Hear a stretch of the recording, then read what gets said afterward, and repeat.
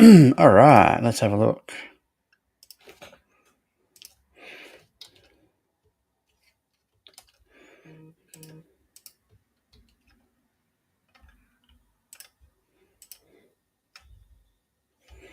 Morning, everyone. Hope you're doing well. Just give me a minute to knock all these out. Facebook is not being nice to me at the moment. So let me double check. Give us a yell if you can see me in the groups. I don't know whether or not you can, so I'm sorry if it's not. If it isn't, I will somehow send you the link direct, and hopefully looks like it's working in one but not in the other. Again, as usual, doesn't matter. Anyway, we'll get cracking pretty quickly. I'll make sure we're live over on the other one. Excellent, we are. All right, I'm going to get copy link, pop them in the groups, and then we're up and running. In the comments below, let me know how you're doing. Hey, Sean, how are you, mate? I don't know whether, Sean, you can do me a favor. Can you see me in the Basecamp group, mate? It'd be good if you could let me know. I don't know why it's not happening again, but it seems to be a regular occurrence. I'll just pop it into the group so people can jump on my profile. That's probably the easiest way to get away with it for now. And then, as usual, we'll try and fix it another day. Yeah, definitely not letting me, for some reason, be in the groupies, but it doesn't matter. It is what it is. We move on. All right, welcome back to another episode of Q&A. I hope everybody's day yesterday was fantastic. Started the week off on the right foot. If you didn't, try again today. Probably the easiest way to do it. Okay, can we all see me in... Yeah, awesome. All right, let's get cracking into it.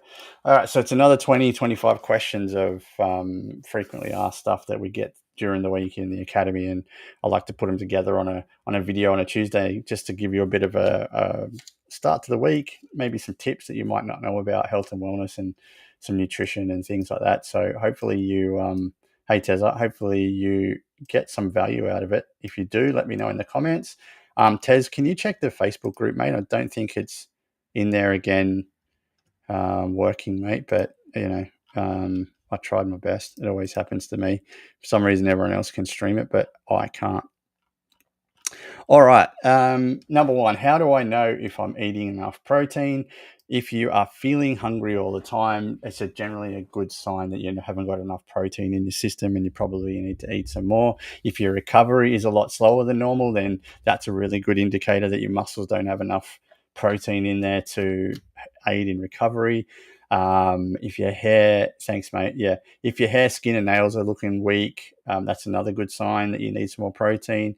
But the best thing to do is track for a week and just see where you currently sit. If you're not hitting minimum 1.5 grams of protein per body weight, then you're doing yourself a disservice. So just remind yourself of those things. If you are feeling hungry, if your recovery is really slow, if you're feeling overall a bit weak, then generally it's a good sign that you don't have enough protein in your system.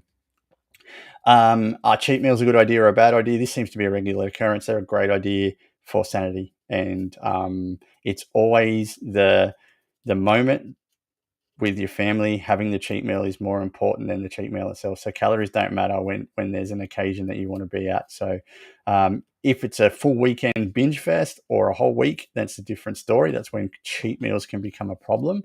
Labeling them cheat meals is another problem, in my opinion. We should just be talking about fun foods. But one burger won't ruin your process, or one high calorie meal won't ruin your process.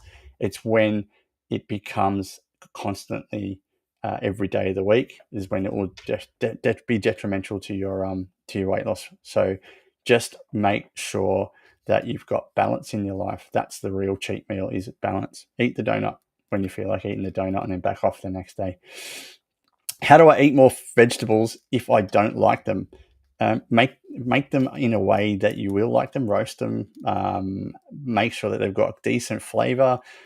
Blitz them up into spaghetti sauce or something and hide them from yourself. Making quiches and things like that are full of vegetables are really, really good.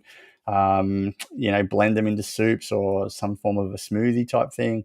But just eat the ones you like. I'm sure there are vegetables out there that you like. If not, the right seasoning, the right low calorie sources will definitely make you want to pump those things into your body. What are some high protein snacks that aren't boring? Oh, brilliant. I love this question. For me, one of the goats of high protein snacks is cottage cheese. You can mix cottage cheese with sweet chili sauce to make it a savory dip. You can mix it with taco seasoning. You can mix it with onion, garlic, paprika, lemon juice. Um, you can make a very good dip with it. You can actually bake with cottage cheese. You can add it to your scrambled eggs. You can add it to sweets. I like to have it with apples and a bit of cinnamon sugar. Hard-boiled eggs are very good for like an easy, quick protein snack on the fly. Greek yogurt is another one that's really high in protein and low in calories. You can add honey, granola, fruit to that as well. You can use it for cooking. You can make pizza dough out of it. Jerky is really, really good in terms of on the fly stuff. Some cheeses are really good. Like anything that you enjoy that's got a high protein count is really good. Protein powder, obviously, it's a supplement, but it's another thing that you can use for almost anything. Is alcohol ruining my fitness progress? Look, anything in moderation is okay. Okay, if it is something you are consistently doing every night, but a mass amount, then yeah, 100% it's not going to help because the calories will add up really, really quick. If you have a sneaky whiskey or a gin or maybe a glass of wine every night or every second night, it won't really completely destroy it. And as long as you're maintaining your calories for the day, it definitely can mess with sleep and recovery. It definitely fucks up the headspace in terms of dealing with problems in life because it does suppress those. Snacking when you're drunk is real, so just watch out for those kebabs on a Tuesday night. But if fitness is the goal, just keep it in moderation. Just like cheat meals, it's the moment that means more than the actual calories. So just do it in moderation, and you should be fine. What's the best way to make workouts a habit? Again, keeping them short, making them fit into your time frame, booking them in your diary like an appointment, doing something that you actually like doing. Doing it with a buddy or a group of friends makes it quite easy to do. Set a specific time per week. Talk to your family and tell them how important it is for your mindset. Those things are really important to create the workout that's a habit. So it is really important that we train. It is really important that we move. It's really important for our physical and mental health. So we need to make it a priority. How do I stop skipping leg day? Make it your first workout of the week, and there's no excuses. Think about your future self. If you have poor genetics like me and you just can't grow calves, then maybe you need to do an extra day in the gym. Find leg exercises that you enjoy doing. Generally the ones that you hate doing, like Bulgarian split squats or anything like that, are the ones that are going to be the most beneficial for you. So look at the science behind it and why we need strong legs. And reward yourself by not skipping next day, leg day. Like just make it a habit. Part of your routine is you have to go and to the gym and do those things. So, or not have to, you get to. So yeah, reward yourself with it. Is it better to work out in the morning or the evening? Okay, if you work out in the morning, it's done for the day. You've ticked the box. There's no excuses later on. If you work out in the evening, you can get a stronger performance because you've got more fuel in the tank, so you can actually benefit from your full day of eating. But the best answer is whatever time that you can fit it in is the best time to train. It's not a matter of you must go in the morning or you must go in the evening. It's what can I do to fit it into my lifestyle? If you have a family and you can't do it in the morning and you have to do it in the evening, then that's the way it's got to be. But just get there. That's the most important part. How do I push past a workout plateau? Change your rep schemes, intensity, or exercises. Go from a hypertrophy program to maybe a strength-based program. Eat more food. Muscles need calories to grow. So if you're at a plateau, generally it means you're not eating enough calories to increase your muscle mass. Recovery is probably poor. Make sure that you're sleeping a lot more, hydrating, resetting your fuel, stretching, all that stuff, mobility work. There's probably another thing is maybe it's time to rest and have a deload week. That's generally the sign for it. So if it were me, I would look at all those things first and make sure that I increase my intensity of change the rep schemes over. Maybe got a new program, got enough fuel in my system, had enough rest. If not, then maybe it's time for a deload week. What's better, machines or free weights? Free weights are better for strength and function. Machines are great for beginners and isolation work. I think the best thing to do is use a mixture of both. Machines aren't cheating. Everybody says that. And free weights aren't the be all and end all. They all have their purpose. Just do what matches your goal. I like machines to really isolate the muscle. For example, like a shoulder press where you do not have to engage your core as much. You're just targeting the muscle area versus doing a free weight shoulder press where you're actually engaging other muscles to keep the stability on. So, my combination of both is, to me, in my opinion, the best. The best combination is both. So, why do I feel so tired after workouts? Generally, you're not eating enough after training. That's carbohydrates and protein because we've utilized all the fuel in our system, and your muscles need fuel. Poor sleep, fix that if you can. Get an extra hour, half an hour, have a nap. Overtraining, more isn't always better. That's another indication of tiredness. And probably one of the biggest ones is hydration. You're more water than muscles. Remember that. So we need plenty of water in our system. Hey, Renee. How do I fix tight hips from sitting too much? First and foremost, get up and move a little bit more during the day would definitely help. Do targeted hip flexor stretches if you can. Add glute and core work to your daily routine because balance is the key. But yeah, stand up and move every hour if you can, even if it's just a walk around the house to grab a glass of water or a 5-minute walk outside. Your chair's not the enemy, but sitting on your ass is. So yeah, make sure you utilize those muscles somehow. So if it were me, I would set aside a little bit of time every second day or third day and do some targeted hip flexor mobility work. It will definitely help you out. How do I recover faster from a tough workout? Okay, fuel, definitely number one. Protein and carbs after training. Fuel the repair process, which is really, really important. Hydrate like it's your life depends on it. Up your water intake if you can from 2 to 3, 3 to 4. That would be really good. Stretch and foam roll is definitely hurts, but it's part of the process, especially if you're over the age of 40 like myself. It is really takes a lot longer to recover than when you were in your 20s. And I think the GOAT that everyone's missing out on the most is sleep. It's that debt you just cannot repay. Is walking on rest days good or bad? Great for recovery, keeps the blood flow going, low impact, no stress on the joints or limited stress on the joints depending on how much you weigh, helps with mental clarity and stress. It's one of the most simple but effective forms of recovery work that you can do on a day off. I would much rather people walk on their rest day just to get up and move than just do nothing at all, unless you're that exhausted that you just need that break. Why do I feel weaker some days in the gym? Great question. That is a combination of a lot of things. It can be bad sleep from the night before. It could be really high calorie meals that are full of lots of, trans fats and things like that will make your system fucked.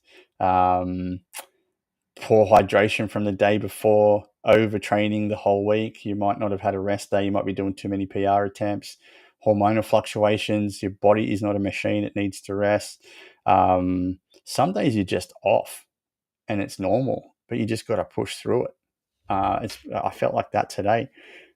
It's just a combination. It could be, it could be mental fatigue, which I think is one of the biggest killers of your mood for the next day. So doing what you can to brighten up your morning is a lot better, and getting to the gym and working out than just sitting there feeling sorry for yourself. So it's normal. Some days you will feel weaker at the gym. How do I stay motivated on bad days? I'm sick of repeating this all the time. Motivation never pops around. If you've got discipline and habits, you will likely be a lot more motivated.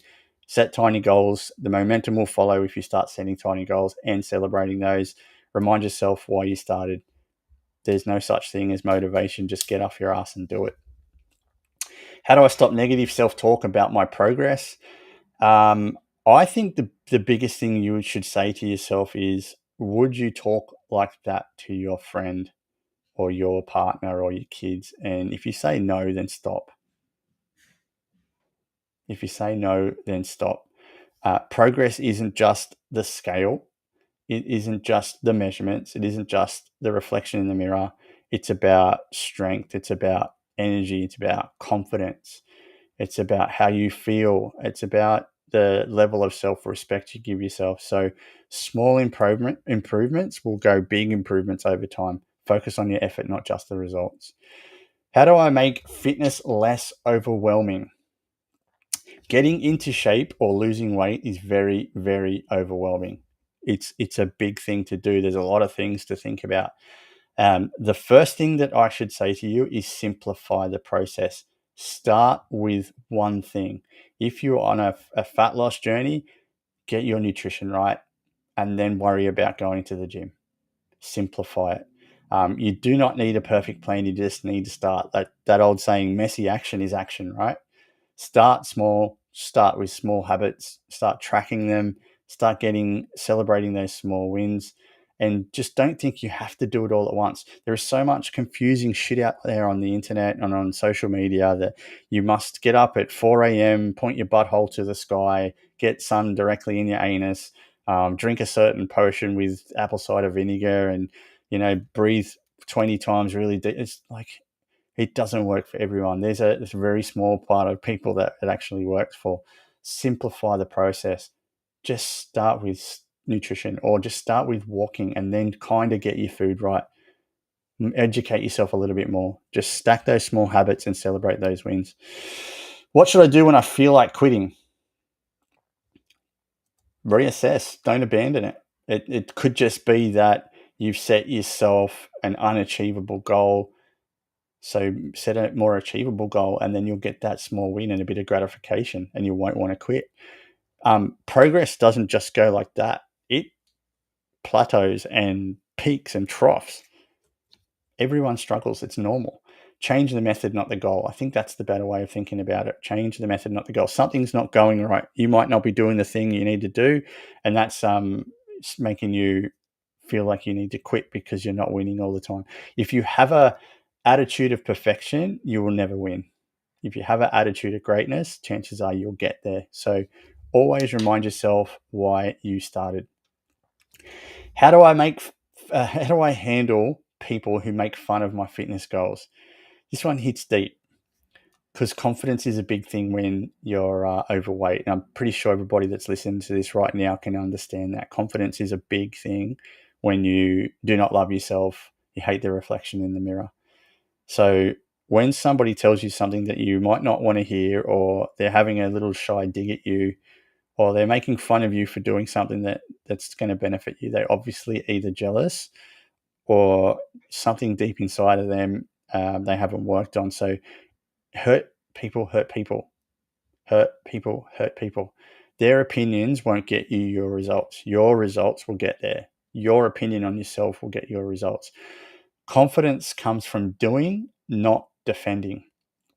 Find people who will support your growth. The ones that won't, tell them nothing, win in silence, and then just turn up one day with the results, and that'll show them who you really are. It's your body, it's your life. You just got to do what makes you proud and happy. I know that's a word that's thrown around a lot these days. Let's be realistic, though. We want to be happy with what we're doing. So, fuck them off out of your life if they're that bad and they're not that supportive. Find a group of people that will support you. But the confidence comes from doing, not defending yourself all the time. Okay, 5 quick fire questions. Best gym pet peeve for me, it's people who hog machines while scrolling and not doing anything. I fucking hate that. Pop in the comments your pet peeve as well at the gym. Worst workout trend, Probably those girdles that apparently make you sweat more and define your abs. I reckon that's bullshit. Burpees or mountain climbers. I'm a burpees guy. I really like burpees. I don't know why. Yeah, the suffer maybe more than anything. I think they're cool. Best underrated exercise. I think farmers carries are one of the most underrated exercises out there. They were like they come so handy in life, especially if you've got kids in a young age. Just carrying that dead weight, it's over a long period of time. Very very good. Why do legs hurt so much? Because gravity is really rude. That's because gravity's rude. All right. Thanks for joining us today. I really, really appreciate you jumping on. If I've missed anything, I'm really sorry. Thanks, Kirst. It's not in Facebook. I appreciate that as well. Yeah, if there's anything I can answer, just send me a message and let me know, and I'll be more than happy to jump on and answer a question. I'll do a reel for you and explain it. But apart from that, have a great Tuesday, and I will see you same time. Yeah, people who don't re-rack weights. That's a good one, Kirst. 100%. That's a big pet peeve of mine as well. If you've got the strength to pick them up and put them in place, you've got the strength to pick them up and put them back. Perfect.